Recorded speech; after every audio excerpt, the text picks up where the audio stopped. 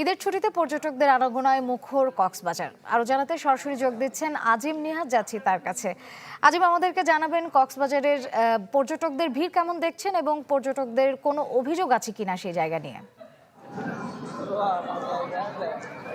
শ্রেয়া, ঈদের ছুটির যে সময়টি শুরু হয়েছিল সেটি এখনো কিন্তু কক্সবাজারে চলমান। আমরা মাঝখানে 2 দিন অফিস খোলা দেখলেও সেখানে কিন্তু কক্সবাজারে পর্যটকের কোনোভাবে ভাড়া পড়েনি। আমরা আজকে দেখতে পাচ্ছেন যে ঈদের ছুটির অনেকদিন পরে আজকে সাপ্তাহিক ছুটি শুক্রবার, বিপুল সংখ্যক পর্যটক ইতিমধ্যে এখন বাজে সকাল 11:30। এর মধ্যে আমরা দেখতে পাচ্ছি প্রায় লাখো পর্যটক কক্সবাজার সমুদ্র সৈকতে বা বিভিন্ন জায়গায় তারা অবস্থান করছে। এখন দেখতে পাচ্ছেন হাজার হাজার পর্যটক তারা আসলে গোসল করে এবং নানাভাবে এই তাদের সুন্দর মুহূর্তগুলো কক্সবাজার সমুদ্র সৈকতে পার করছে। বিশেষ করে আজকে একটু গোসলের দৃশ্য সবচেয়ে বেশি দেখা যাচ্ছে এবং আমরা ব্যবসায়ীদের কাছ থেকে এখন পর্যন্ত কোনো অভিযোগ পাইনি। একই সাথে পর্যটকদের কাছ থেকেও তেমন কোনো অভিযোগ পাইনি। সব মিলিয়ে জেলা প্রশাসনের পক্ষ থেকে এবং পুলিশের পক্ষ থেকে তারাও চেষ্টা করছে যে একটা সুন্দরভাবে যেন কক্সবাজারে যারা ঘুরতে আসেন তারা যেন ঘুরে আবারও নিজ গন্তব্যে ফেরত যেতে পারেন। তবে গতকাল এখানে একটি অনাকাঙ্ক্ষিত ঘটনা ঘটেছিল এবং সেই ঘটনায় একজন